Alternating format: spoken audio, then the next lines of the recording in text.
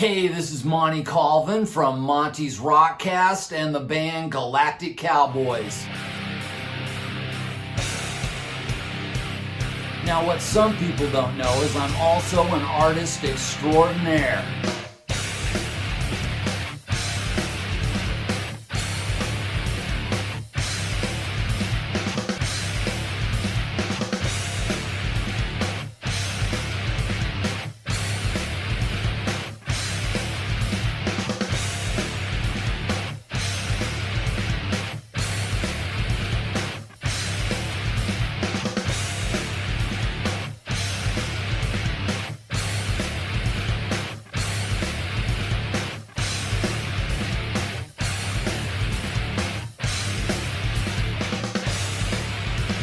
If you're looking for some art that rocks, check out my website, montycolvinart.com.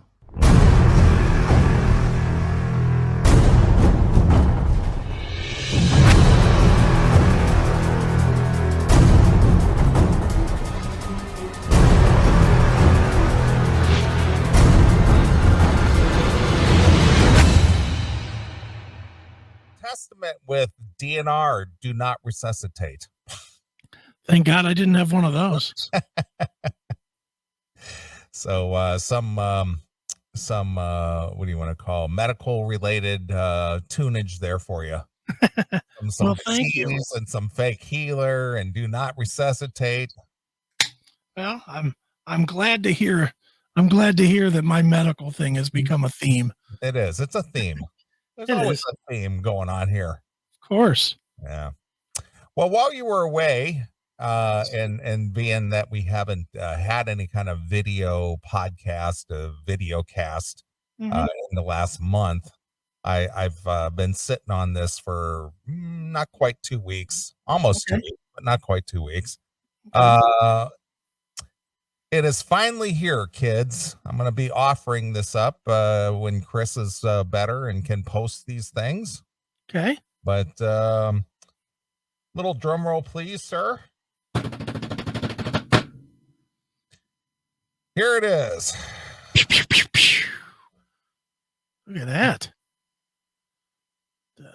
The t-shirt version of the gas station shirt. Exactly. Look at that.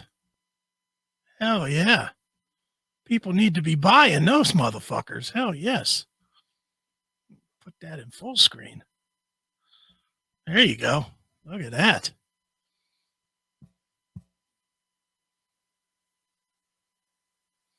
Oh, hell yeah. People need to be buying those today. Yep.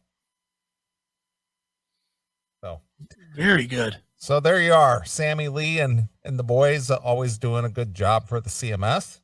Yeah. So they are in stock for the first edition, and we'll be making those available to purchase. So what sizes? I got them, I think, medium all the way through 4X. Wow. Even us fat guys get a shot, huh? Well, you know what? I get these orders, and it's just like, man, I guess I better go to Omar, the tent maker, and have him make up some shirts. Say, Omar, I need some CMS shirts. That's right. They make them with coolers. Exactly. So anyway, they are here, and they will be available very soon. Very cool, man.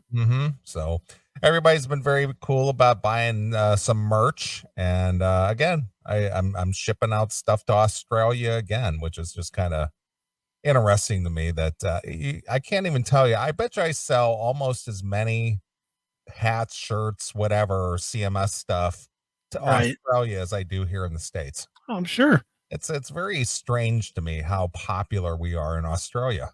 That's our home. I guess. That's our home, especially since we're being run out of this home. The Australians are willing to take us. Apparently so. Aren't they like a prison planet? They'll take any piece of shit. Exactly. So they're taking us. Yeah. Hail and Kill Caller, you're on the air. Hey, put me down for one of those gas station T-shirts. This is Jerome from Chicago. I never heard of it. I was looking for you last night. I don't know where the hell you were. Where were you last night? I was everywhere, man, everywhere. But trust me, I got to see George Lynch. He finally came out, about an hour and a half after the show. Well, where were And you? Because me and Don came out too, and we were having cocktails out at the what do you want to call, Bar C, or the first bar? Yeah. Yeah, once the show left, I figured you guys were showering, doing whatever, and was going to come down and hit an outside bar. Yeah. So, I'm sorry I missed you, but good show, man. My first docking show. Was excited. Well, where were you? Did you have good seats or what?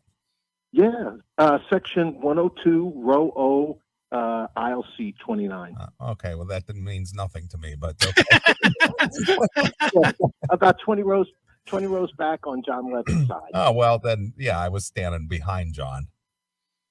Yep.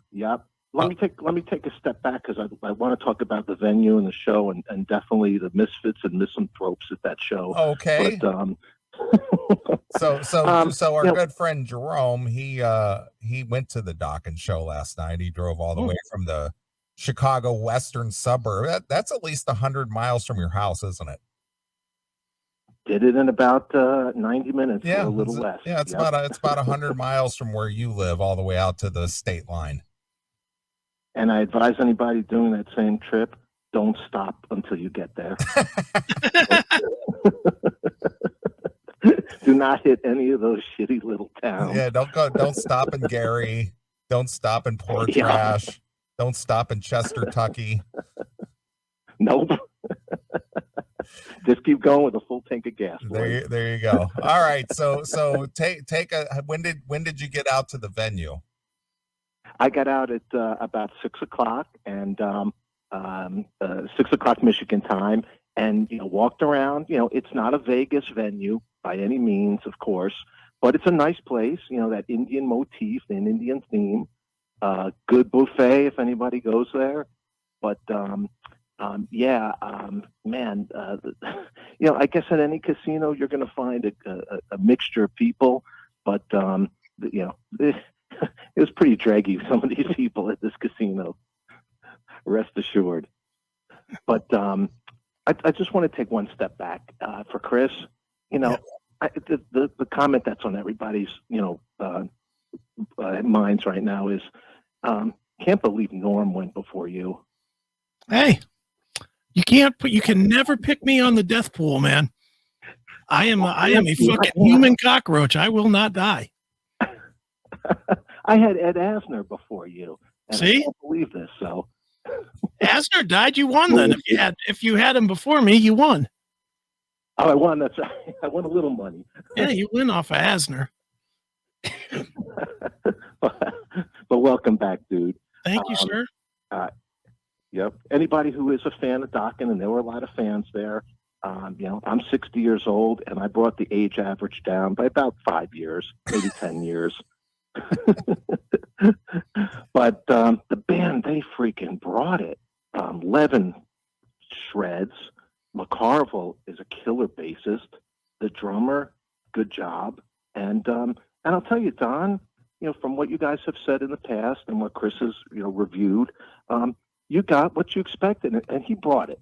It's got to be tough on him, but he definitely brought it, and I appreciate him coming out and playing just like it was, for somebody who's never seen him before or somebody who's seen him for the past 20 years. And the fans loved it. Yeah, the crowd was pretty receptive. Yep. And I advise, if you haven't seen Dockin', do it quick, because you don't have to have the highest expectations, but you're going to see a good show, and they put their heart into it. That is for sure. Yeah.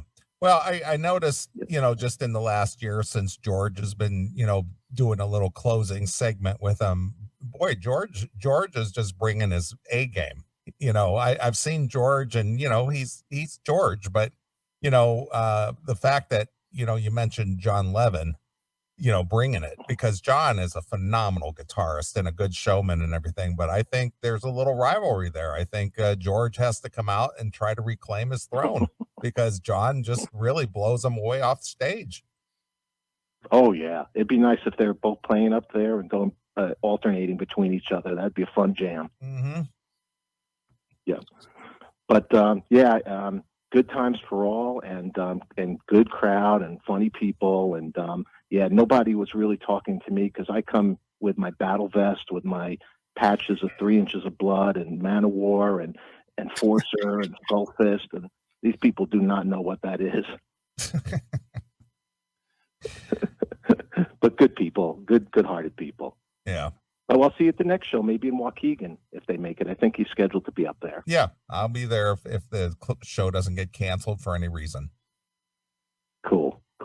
Well, thanks, guys, and look forward to it. And Chris, just so you know, Jerome, since Chris will not be leaving the house, he will not be making. I will not be there. He will not be making any trips to the Hawks game.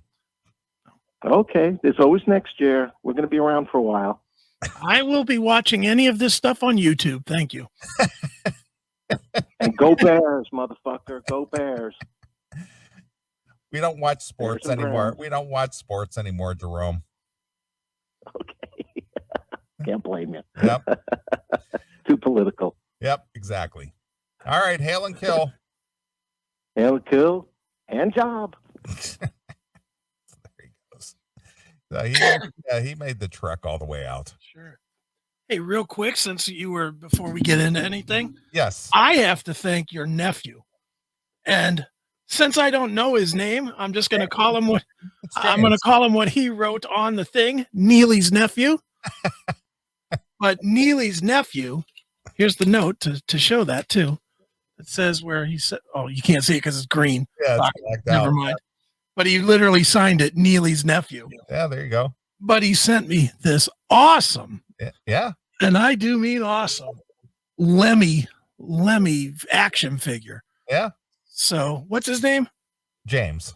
James, thank you so much for the Lemmy action figure. That Well, is he heard you talking about mine on the show, and he was just like, well, I'll send Chris one. Yeah, well, dude, now it sits next to these two. Yeah. The golden one and the colored one. Yeah, Ozzy Ace was kind enough to send those. I appreciate the fans sending me Lemmy stuff. So Yeah, if anybody wants to send me more Lemmy stuff, please do. I only wish I had that photo from Joe Cleon. Oh yeah, shut up. All right. Well, You're never getting it now because I'm not coming out of my house anymore. Yeah, I never thought I'd ever see it again. Anyway, you're gonna have to make an arrangement with Joe to visit his house. Yeah, it would look great in the studio. Yeah, well, it still could if you go visit Joe because I'm not coming out. Joe gonna have to mail it to you. Yeah. Thanks, Randy. Yeah, fucking Randy. Yeah, left it behind. I asked him, "Are you sure you picked that up?" "Yeah, dude, I picked it up. I got it." It's like, well, where is it? Dude, I don't have it. He forgot to tell you the other part, and then I put it down. Yeah. But oh well, that's Randy for you. Yeah, exactly. What else was I going to talk to you about? I had something in mind. Now I don't remember what it was. Well, we were playing some Megadeth earlier, and you got to wonder about some of these guys who were in bands and then they're no longer in bands, and you got to wonder if they're being sincere about saying, "Well, I'm glad I'm not doing that anymore." Okay. Or is it sour milk or sour grapes saying that, I didn't want to be in that band anyway. Right. You got to wonder. But anyway, according to Chris Poland, former Megadeth guitarist, he says, I don't miss playing in Megadeth. Fuck that. Yeah, why would you when you can play in front of like 13 people in your local town? Right. I mean, what could be more fun? Right. So former Megadeth guitarist Chris Poland was asked if he misses playing with Dave Mustaine, and he says, "I really love playing in Megadeth. It was just there was so much drama all the time, and I can't deal with it. Then they asked me to join the band again in 1990, prior to the Rest in Peace. I just couldn't because at the time they were still using. All I had to do is be around people using that drug, and it wouldn't be but take a month or 2 months, and I know I would have done it again." All right. Well, at least he knew himself enough not to not to get in there. Yeah. I'll give him that credit. Yeah. Well, you know what? And again, I'm not an addict of any kind. So they always talk about it being mental, being an addict, and trying to do things and whatever. But I've been around people, even in the 80s, when at the height of the cocaine thing, and I knew people who did drugs, did cocaine or did speed or did various things. And I worked in a club, and, periodically you would run across that kind of stuff. Mm-hmm. It must be something within me, because not at any point did I go, you know what, I had to give that a try. Yeah, but I know what it is within you. Yeah. You have the absolute mentality that you never want to be out of control. Well, that part is true. Absolutely.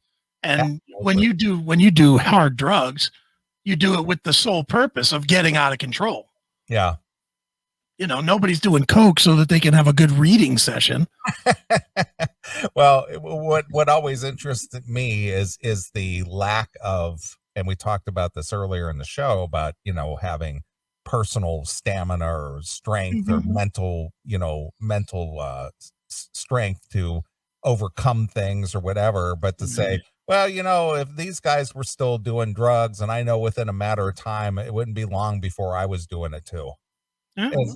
But at what point do you go, well, it's not good for me and I'm off the shit and I don't like to do it. I don't like to see my bandmates do it.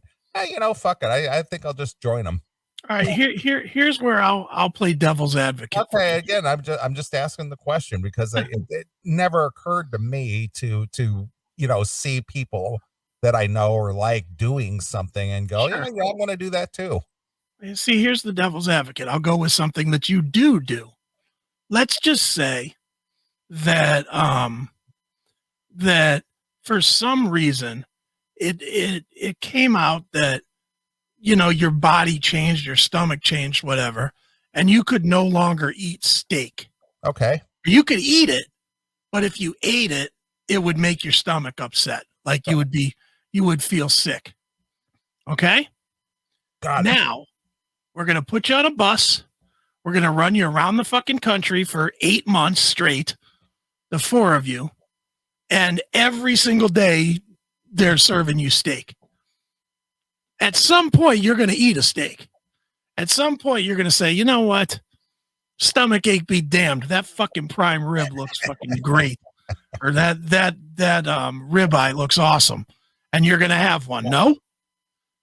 Hard to say because, it's been at least 6, maybe 7 years. It's probably been longer. It's probably been longer than 7 years. Mm-hmm. I used to like donuts, donuts, or I might have a piece of pie or eat some cake or something. Mm-hmm. I haven't touched a pastry in literally 7 years. And now, how often do they bring it at work? Pretty often. Like every day or every other day? It's there if you want it. And never even thought to, I want one of those, it's like, oh man, because, they celebrate birthdays or, people drop off a tray of donuts, vendors and things, and it's always there. And never once did it go, man, you know what? I'm just going to sneak a piece here. What do you do when they have the birthday cake? I don't participate. I just, go about my business. Come in, say happy birthday to you and out. That's it. Go right back to my desk. Yeah, I used to do that too, and people thought I was a fucking asshole because I don't like cake. I don't like fat guy doesn't eat sugar, but I don't like cake. It tastes, I don't know, that much sugar. And I'm with you. I don't like donuts and all that shit either. That much sugar is too much sugar. It actually burns my throat. Mm-hmm. To where I don't enjoy any of it. Cookies, cake, candy bars, none of it. But yeah, I remember when they would have the birthday parties and everybody bring in a fucking cake and they'd be handing it out and they'd just put it on my desk. And then I'd be like, nah, I don't want it. And then you're even worse. Yeah. Then it's even worse if they put it on your desk and you either just throw it away or say, no, I don't want it. Then that's like, look at this asshole. He fucking thinks she's a cunt. Yeah. Well, the thing is they're so aware that I wouldn't do that. They don't even offer, Right.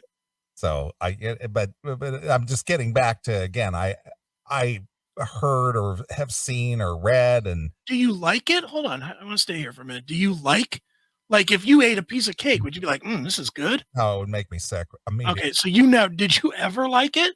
Yeah, about 7-8 years ago. Okay. But when I abstained from sugar and everything, if I even ate even a bite full, it would just make me go, ugh. Right. I Yeah. mean, it's like an instant drag. It just like kills my system immediately. Right. Well, again, you're always that guy, though. You're that guy that you don't have you don't have the mental looseness, I'll use as a term, to just let it go. You never let it fly. Yeah. I mean, even in your car, I'm curious on this. I don't know the answer. Do you ever just open it up? Just say, fuck it. I'm going 150 miles an hour today. Well, I've never topped that, but there is a stretch of road on the Indiana toll road that I've done over 100 a few times, Well, how fast does that car go? I couldn't tell you. I mean, the speedo, how fast is the speedometer read? Well, it's a 160? digital speedometer, so it probably is unlimited. But you've never just pushed it to the floor and said, fuck it, let's see? No. See, everybody else known to man would do that in that car. I mean, I have, but not to the point to where it tops out. I've never topped it out. See, everybody else that would own that car has done that. Yeah. Every other person that purchased that model of car has done that. Yeah. Well, it's been longer than 2 years, maybe 3 years, not quite 3 years ago. I was in Akron, and it was when you and I were at Cinderella and Billy Morris at the Goodyear Theater. Okay. Yeah, so I think it was the same weekend, and I think Dokken played there that same weekend or something. Okay. And Chris McCarville wanted to take my car for a ride. So after the gig, they played down at the I think they played at the Akron Civic. Oh yeah. I think so. And he was just like, can I take your car for a ride? And I said, yeah, let's go, So he got in, and we, that stretch of 76 out there toward Mogador, it goes past the old, what used to be the General Tire plants and all that out that way. Right. Well, we went up on 76 there, and he did open it up. Okay. I think he did, I don't know, maybe 130. Okay. Like at midnight in Akron. It was just like, holy shit, dude. I don't know where these cops are at. I mean, but that was your reaction. Your reaction wasn't like, woo, let's go. Your reaction was like, hey, what are you doing? Well, I didn't mind him doing it. It was just like, and it didn't bother me that he did it, because I told him, yeah, go ahead, because and what what prompted him, it was there was a Mustang in the right lane, and he goes, what is that up there, a Mustang? I said, yeah, it looks like a Mustang. And he goes, watch this, and we blew by that Mustang like he was sitting still. So I let Chris drive the car, but my concern was not safety or anything else. It's just like, it's midnight in Akron. Where the hell are the police? Right. Because if he got pulled over, chances are you're going to jail. Well, you wouldn't have gone to jail. No, not me, him. Yeah. But then you could have got back in, drove 70 back to wherever you were going. Because what do they call that? Reckless speed? Reckless endangerment. Yeah. Exactly. They'll take your ass to jail. And actually, they would tow the car at that speed. Yeah, probably. No, don't probably about it. They would tow the car at that speed. They wouldn't test you to see if you'd been drinking and then say, okay, you can go home. Yeah, exactly. They're towing that vehicle. So that was what was going through my mind. Right. So much as we're going too fast, or this is reckless, or we're going to, whatever, it's going to damage the car. Mine was like, geez, I hope there's not a cop sitting up in the middle of there. Right. Because we were. Dude, that reminds me of when I was living in California. I was, my brother came out to visit, and my brother drives like a fucking maniac. I mean, and he owns the cars to do it. He owns a Tesla. He's always owned a Porsche. I mean, he's always had fast cars, and he drives like he has fast cars. Mm-hmm. So we were, I picked him up in San Francisco, which is like 90 minutes from where I was living at Fort Ord. And we get on the highway, and I was tired, and to be honest, I was a little bit drunk because his flight got delayed 3 hours. Okay. So I went right to the hotel bar and started drinking. So I asked him, I said, hey, why don't you drive back? And he goes, okay, cool, no problem. He gets in my car. The car I had at the time was a 280ZX turbo. Okay. You know, and so he gets in the car and he's all excited because it's a sports car that he hasn't owned before. And he's just, and I'm like, dude, you're so going to get a fucking ticket. And he's like, no, I'm watching. And this was right when they first put the they're not unmarked, but they're not like well-marked cars. Yeah. They call them a plain wrapper. Yeah. Well, I could see one behind us doing the bob and weave, coming out from behind another car, hitting him with the radar, and then bobbing back, you know, and just following him to see how far they could get him for. And I told him twice, I was like, dude, slow down. It's a cop. It's not a fucking cop. It's not a fucking cop. They stopped us. They got him doing 120. Yeah. 120 out there on Highway 1, which I think is a 65 at best. Probably. You know, I was like, oh man. They didn't tow the car though. That was the fortunate thing. They didn't let me drive it either because I was too drunk. But they got him for 100 and whatever. Did they just give him a ticket or did they? Yeah, they gave him a ticket. They didn't tow us or nothing. Yeah. They marked it down. He told us how fast he was going. Then he gave it to him at like 90 or something. Something so that it was under. Yeah, it wasn't like a felony or something. Yeah, it's like over 25 over is the felony or something. Yeah, something. So they brought it down to, you know, like 24 over. Gave him a ticket and he had to pay the hugest fine and take the most points, but that's what he had to do.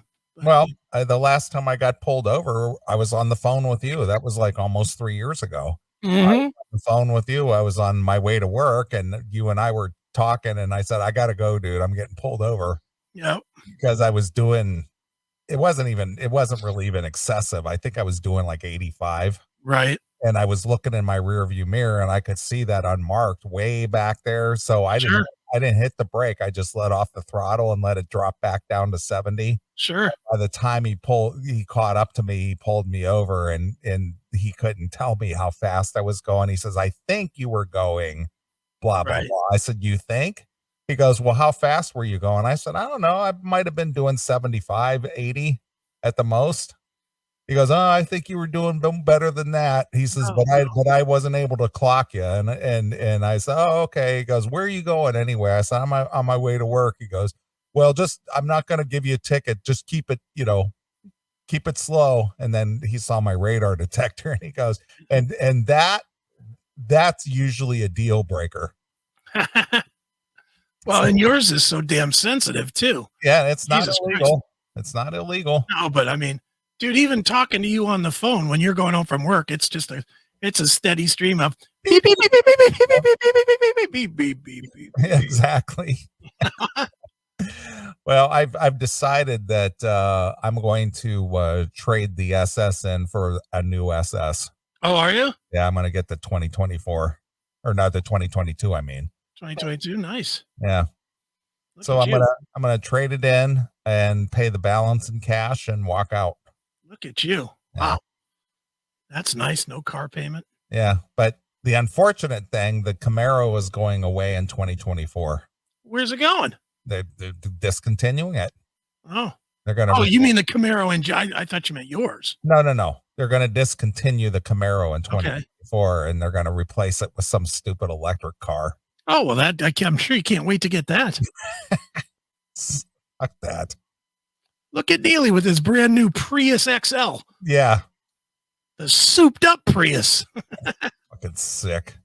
Can't wait to see you parked at a fucking plug-in station. Just sitting around charging your battery. Yeah. So you can go another 100 miles or whatever. Some garbage. Freaking garbage. I think you would like the Tesla, dude. I'm sure I would. I mean, I've seen them. I've never driven one or ridden in one, but I've seen plenty of them. I see them on the road all the time. dude, they're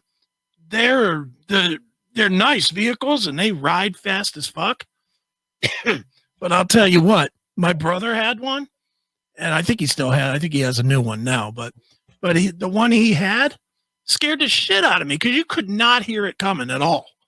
I mean, this thing was truly, other than the noise of the little tiny stones on the road and stuff, squeaking around from the tires, you didn't hear nothing. Yeah, it's whisper quiet. It is quiet, man.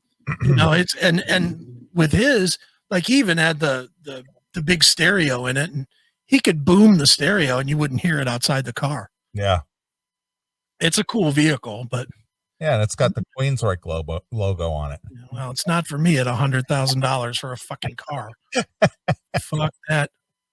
I'll let my rich brother have that, and dude, I'm gonna ride this fucking Nissan Altima till the wheels fall off it. You barely drive the goddamn I know, thing. Dude. I bought that car. I bought that car in 2013. So that's what, 8 years ago. And I did all of that back and forth to Pittsburgh in that car. It's still not at 100,000 miles. It's at 96,000 miles now. Yeah, and you didn't buy it new, did you? Yeah. You bought it brand new? Mm-hmm. Oh, okay. Yeah, I bought that one new. So it didn't have any miles on it yet? No. Nope. All right.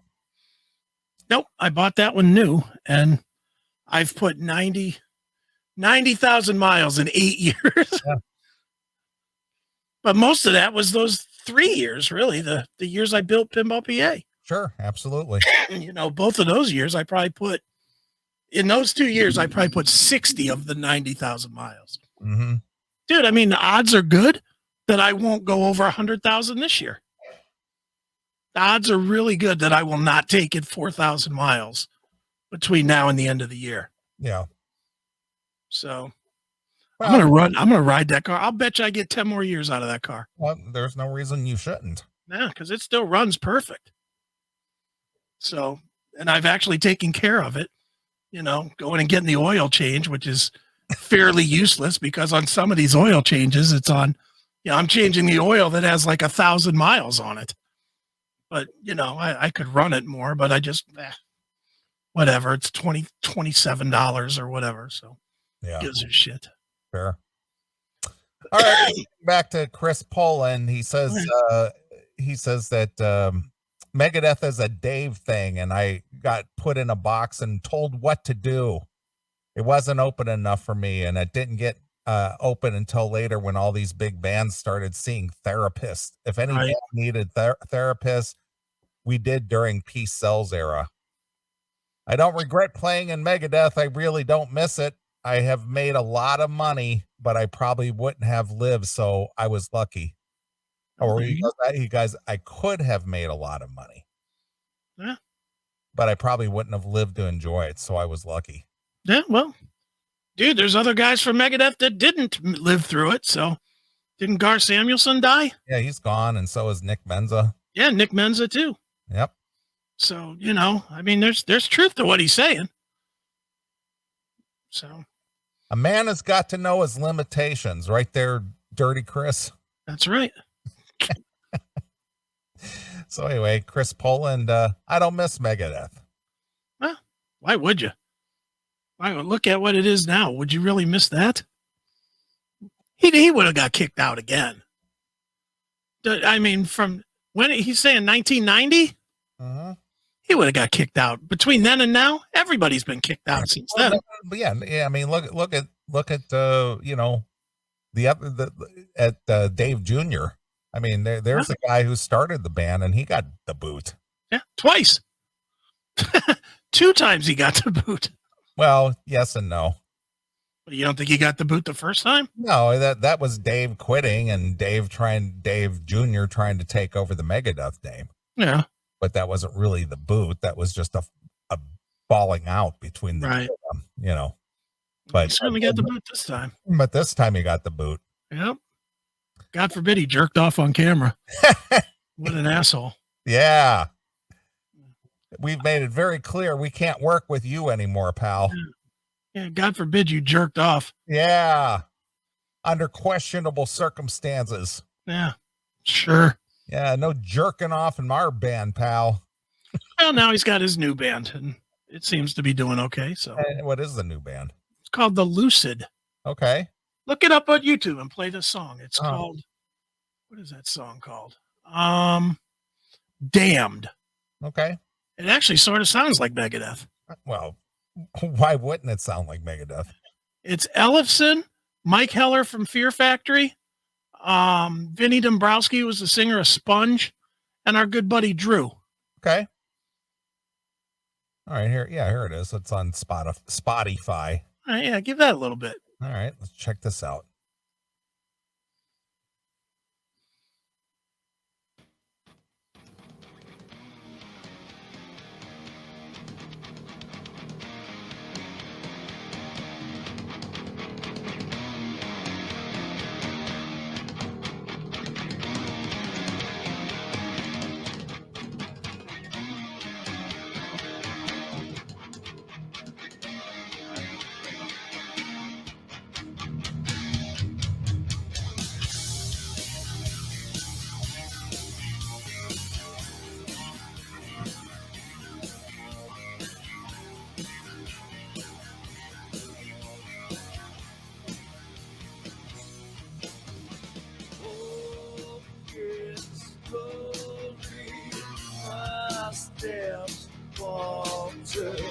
Footsteps forward, 10 miles backwards, forwards, forward, my tongue swollen, find the water, find the water. Yeah, too many things I hate to explain. Too many days I had to blame. All the future flies away. Yeah. Damn if you do, damn if you don't. Damn if you're rich, damn if you're broke. Damn if you see, damn if you're blind. Damn if you see, damn if you're blind. Best foot forward. Yeah, it's definitely got that Megadeth chug. Yeah. Yeah, it's like Angry Again or something like that. Yeah. That same sort of vibe. Mm-hmm. So hey, good on Drew and Ellefson. I'm glad. Yeah. Well, speaking of Drew and Ellefson, is that movie coming out? October. Oh, okay. Do you have a release date on that? I think October 22nd. Okay. We try and find it. Where's the release date? Dwellers, October 12th. All right. So about another 2 weeks. Yeah, a few weeks. It's coming. Okay. It is coming. I'm sure Drew would be happy to come on and talk about it once it's out or the week before it comes out or whatever. Mm-hmm. You know, he's one I've been in touch with the whole time I've been sick. He's one that's been texting me, "Hey bro, you're still alive over there?" You know, so, you know, I'm happy for him. It's finally coming out and, you know, so. Yeah. And if you watch it all the way to the end while the credits roll, you'll get to see the great Chris Aiken as well as myself. Best reason of all to buy it. So there we are, making our cameo in a movie. That's right. Wow. Big time. We are special. We are special. Funny. Too funny. Yep. Let me see here. Anything else? So are you looking forward to the new Guns N' Roses, man? No, I'm not. The 2 songs that they've released stink, and then the 2 live songs are songs I don't like. No, I'm not looking. First, I have a lot of. You're talking about the new EP? Yes, it is supposed to be released like October 1st or something. Yeah. Yeah, dude, play either one of those songs. Hard School or Absurd. Absurd is garbage. That's I think we played that before. We played it right the week I got sick. I think we played it. Yeah, that's just a renamed song that off of, what was it, Silkworms? Yeah, it was Silkworms. Well, Hard School is another one that was just another song. So they're just retreading those two, the music that didn't make Chinese Democracy. And then what's the live songs that they're doing? Don't Cry and... Yeah, Don't Cry and You're Crazy. You're crazy. Crazy. How many versions of You're Crazy do we need? Wasn't You're Crazy on GNR Lies? Yeah, it was. And also on the 89 to 93 or whatever? Mm-hmm. So why do we need a live version of that? Because they're doing it live and it's easy to capture that audio and release it as if it's something new. I guess we'll do the ones from Chinese Democracy that have the, as much as people don't like those songs, at least having them with Slash and Duff is something new.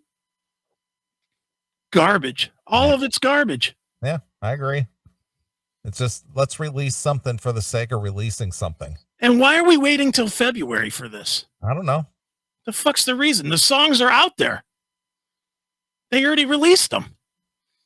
So now what? To get a CD of it, you got to wait 4 months? It's fucking dumb. Yeah. All right. Well, here's some GNR with Hard School. All right.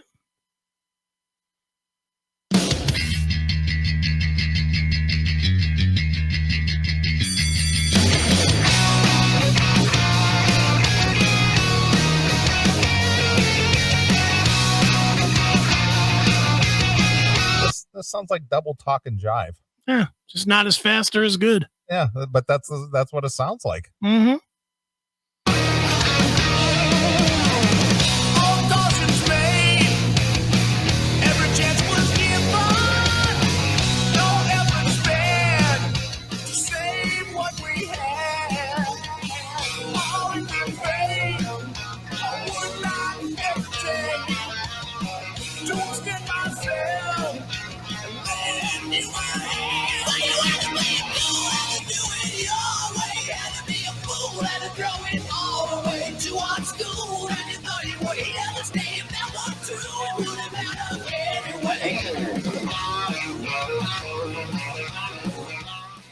Is this a new song? It's the current lineup. Well, I know, but it almost sounds like something from an archive or something. It's a Chai Dem song. It's something from Chai Dem that's just become something else. They just are lazy bums. I love Slash. Don't get me wrong. I mean, I obviously have seen Slash and Miles 10 times or whatever now. But man, they are some lazy motherfuckers, man. They don't do shit and somehow keep their history alive. I don't get it. Yeah. I don't get how, and again, I guess it's, you have one good record and you're good, but Appetite is otherworldly. It just is. It's one of the greatest rock records ever recorded. Well, the first commenter about this, I think sums it all up perfectly. What do you say? Is this a joke? 2 leftovers from Chinese Democracy. The absurd Silkworm song is atrocious, and the 2 live versions of classic songs as an EP. Come on, you guys. You can put a little more effort into releasing something. Yeah, I mean, how hard is it? How hard would it be to knock out 2 songs? 2 new songs. Yeah, new songs, not rehashed songs. Yeah, not some shit that Axl had laying around. But, I guess, I don't know, but these guys got to just be looking at it and thinking, if this is what Axl wants to do, this is a fucking cash cow. We'll stay on this tour. Yeah, we'll go step into a studio and give them 20 good minutes to re-record this bullshit. Right. That's what they're doing. They don't care. They just don't want the tour to end.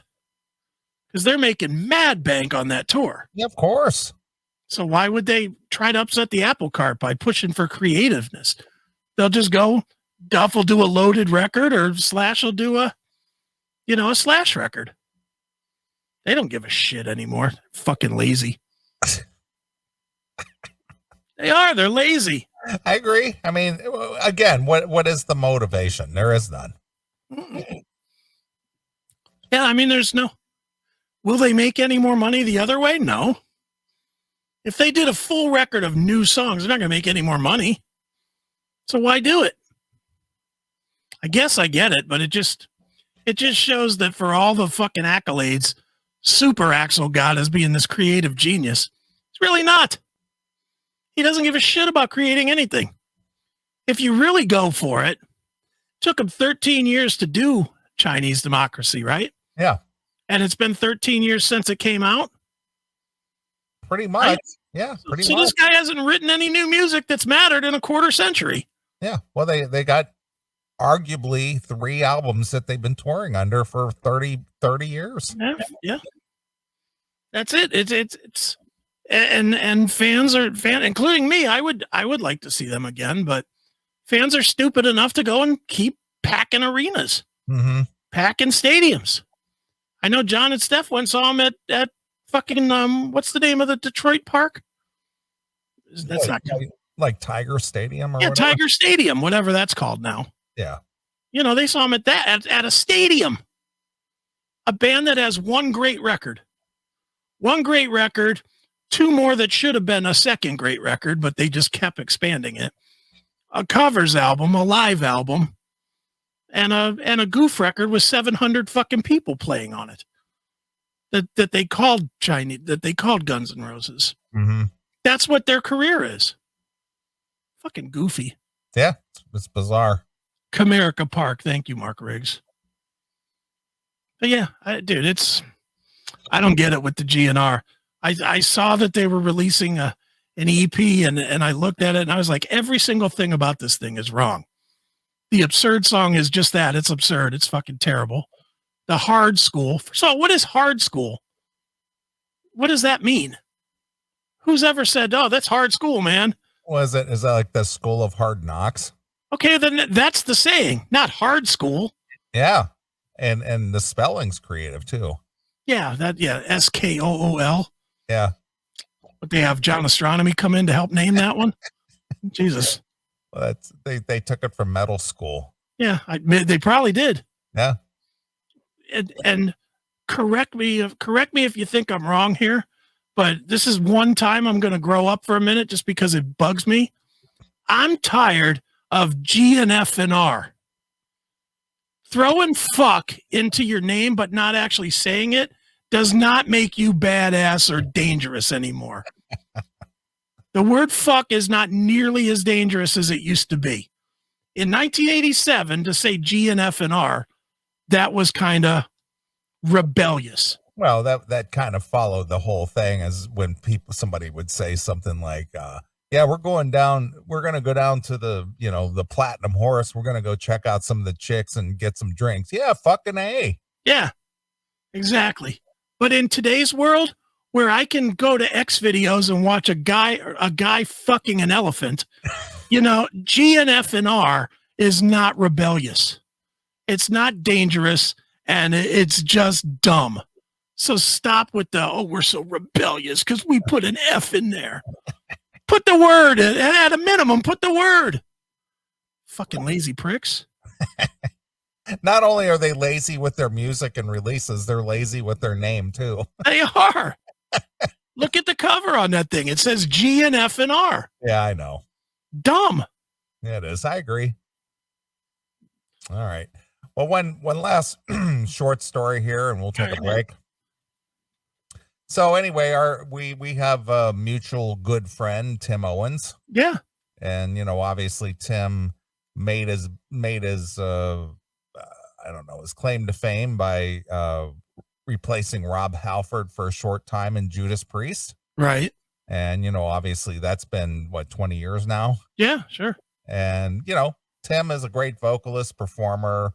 He's just a great singer because he's been in a million other projects and he's still out there working his ass off and, still playing and singing and touring and, being a part of a half a dozen projects and lending his vocals to, other people's projects.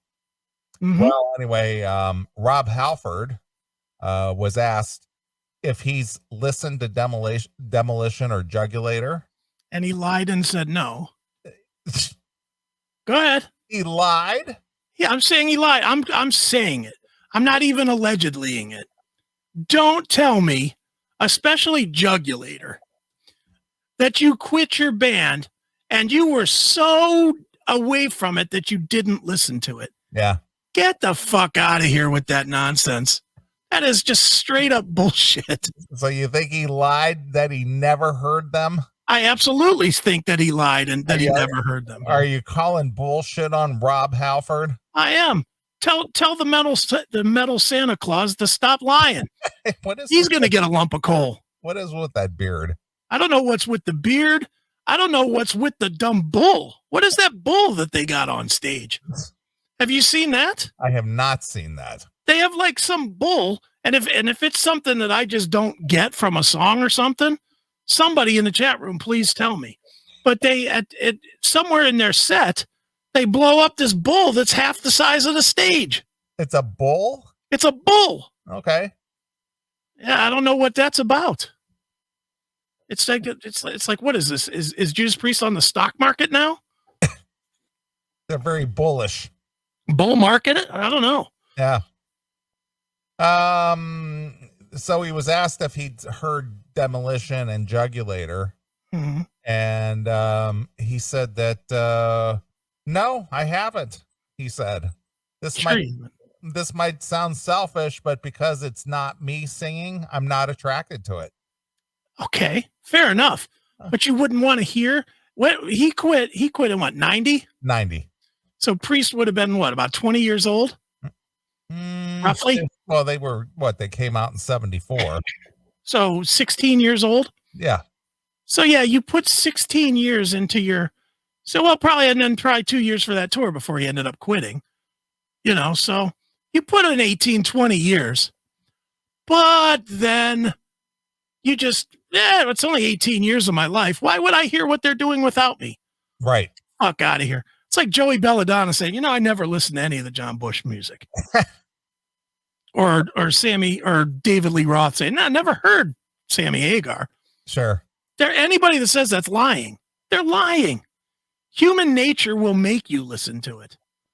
Anybody that's ever been in a band knows that when their band carried on without them, they went out of their way to quietly hear it.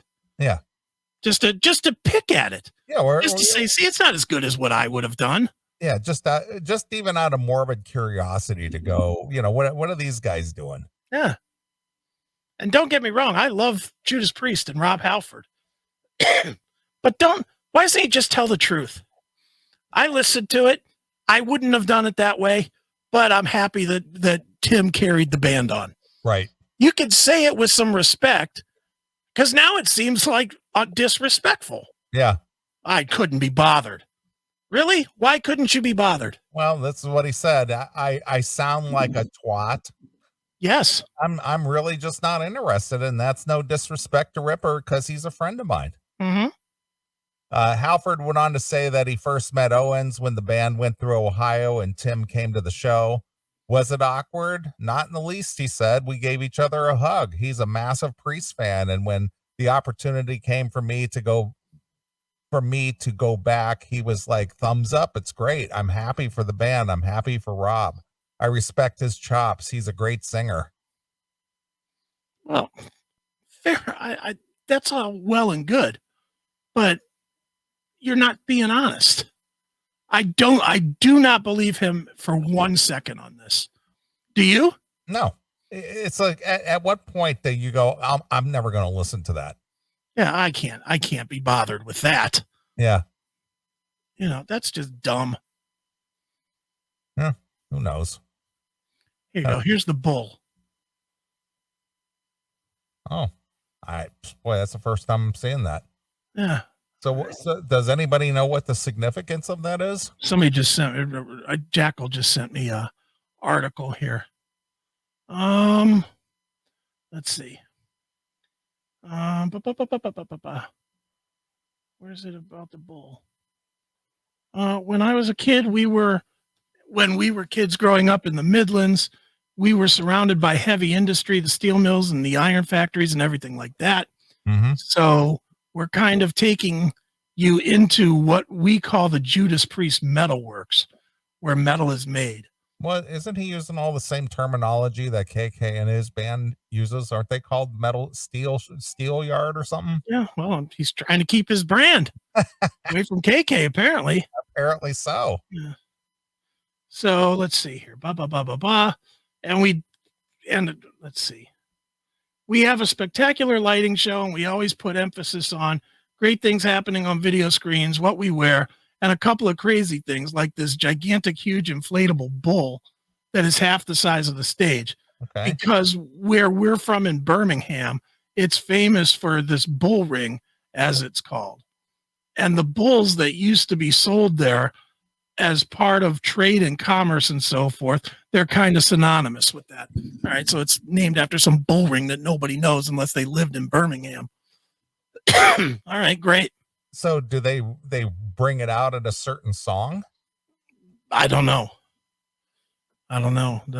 They're obviously playing around this giant, stupid looking thing.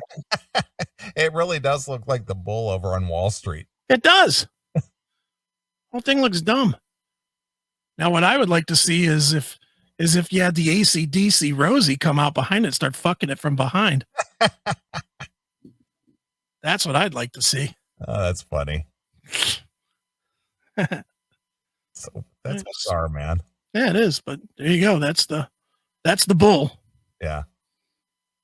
Wow, that's strange. It is. During our discussion here, Mm-hmm. an old crony of yours, I don't know how long it's been since you've heard from this guy. Okay. And in your absence, I talked about this quite extensively. Yeah. Your good friend Matt Wardlaw just emailed me. Oh, yeah. He told me he was going to hit you up today. Yeah. Says, long time no type. I'm guessing you already shelled out for this, but just in case you didn't, this Chicago at Carnegie Hall is amazing. Did you already buy it? I did. I bought it, pre-ordered it in April, and I got it like 2 weeks ago. Okay. And in fact, before the show tonight, I was listening to show 4. Okay. But I know in your absence, we talked about this on the show a little bit. I'm not going to rehash everything, but back in 71, they released this album. It was a 4-album set, Right. live at Carnegie Hall, but they played there for 6 nights, 6 nights, but they played 8 shows. They had like 2 matinee shows and then the rest. So they recorded 8 full shows. Wow. And they compiled the best songs out of that 8 shows for the box set that they released back in 71. Okay. Well, they found, I guess they had the masters of all 8 shows, and they remastered all 8 shows and released them all in their entirety in the box set. Right. And I bought the pre-order back in April, and I got it 2 weeks ago. I know Matt said that it sounds amazing compared to what it used to. Well, yeah, it is amazing. And I've been, slowly but sure. Each show is like 90 minutes to 2 hours. Oh, wow. So I've been listening in my headphones. I've been listening real close because, Chicago live at Carnegie Hall as a kid, I played the shit out of that. Right. And, listening to the shows live in their entirety, they were never released before, even as just like bootlegs or nothing. Right. So hearing this for the first time, the whole show, all 8 shows, is pretty amazing because they didn't play the same set every night. Okay. They played, they mixed up the songs. So they played, different songs each night of the week. Right. And it's pretty cool to hear it, because they were still fairly new. They were about 3 years in at this point. And so they were still, they were still raw. They weren't too polished, and they were still kind of a jam band. So Right. they do a lot of like tuning up and warming up in between songs, or, this and that. They weren't just like a formulaic band where they came out and just blew through the same set every single night. They were actually just kind of working out some new tunes and things like that. It's kind of cool to listen to. Sure. That's cool. So yeah, I'm a big fan. I as soon as I saw that was going to be available, I bought it right away, and I'm not disappointed. Not in the least. No disappointed. I'm not disappointed. That's right. So yes. So if Matt's listening, yes, I bought it, and yes, it is amazing. So There you go. Very cool. all right. Well, let's take a break. All right. I think I'm ducking. Oh, you're done? Yeah, I'm running out of juice fast. Well, you know what? It was a nice shot. You almost hung in there for 3 hours. Yeah, I'm sitting here and I'm breathing heavy and stuff. I'm like, all right, I think it's Hey, man, time. we can end it, tough it Yeah. out. I'll play tunes the rest of the evening if you guys want to hang out. Chris is gave it a shot. Sorry guys, I just don't have fucking 6 hours for you yet. I am trying. Well, hey, you sounded good for the time that you've been here. Now I'm trying. I'm just, like I said, I'm just tired. Well, now your next goal is to walk out to the mailbox. Well, my next goal is to find my way all the way to the bedroom. All right. Now that I'm breathing heavy. Sure. All right. Well, we talked about Tim Owens, his time with Judas Priest, and he put out a couple albums, Jugulator and Demolition. So you got something from the Demolition album that you wouldn't mind hearing? Demolition? Devil Digger. Devil Digger. All right. Okay. Well, we'll play Devil Digger. Chris is going to leave the show. And for the next 3 hours, I will take your request. So if you want to hit me up, send your request to the email request@theclassicmetalshow.com. There you go. And I will entertain you for the next 3 hours and, just send your request. But welcome back, Chris. Thank you. And next week, hopefully we get to the end. Maybe you'll get to 4 hours. Yeah, maybe. I hate being this way because you know me, dude. I don't like missing anything. I know, dude. But you got to start somewhere. No, I just have to. This is one of them times I got to listen to my body or I'm going to get sick again. So, yeah. Well, we're just glad you threw in almost 3 hours. Yeah. 2 hour long segments. That's good. Good enough for today. Okay. So, all right. Well, we're going to say bid adieu to Chris until next Saturday. And like I said, I'll stick around for the next 3 hours and play your tunes for you. So, we're going to let Chris exit with some Devil Digger. So here's some Judas Priest featuring Tim Owens on lead vocal with Devil Digger exclusively here on your Classic Metal Show. This is Tim. Thanks for checking out this episode of The Classic Metal Show. Get all of our episodes uncensored at www.theclassicmetalshow.com. Join us weekly from 9 p.m. till 3 a.m. Eastern at www.cmsradio.net. Participate in the live chat room at www.chatandkill.com. Once again, thank you for checking out The Classic Metal Show with Neeley and Chris. Hail and kill, fuck you, pal, and hand job!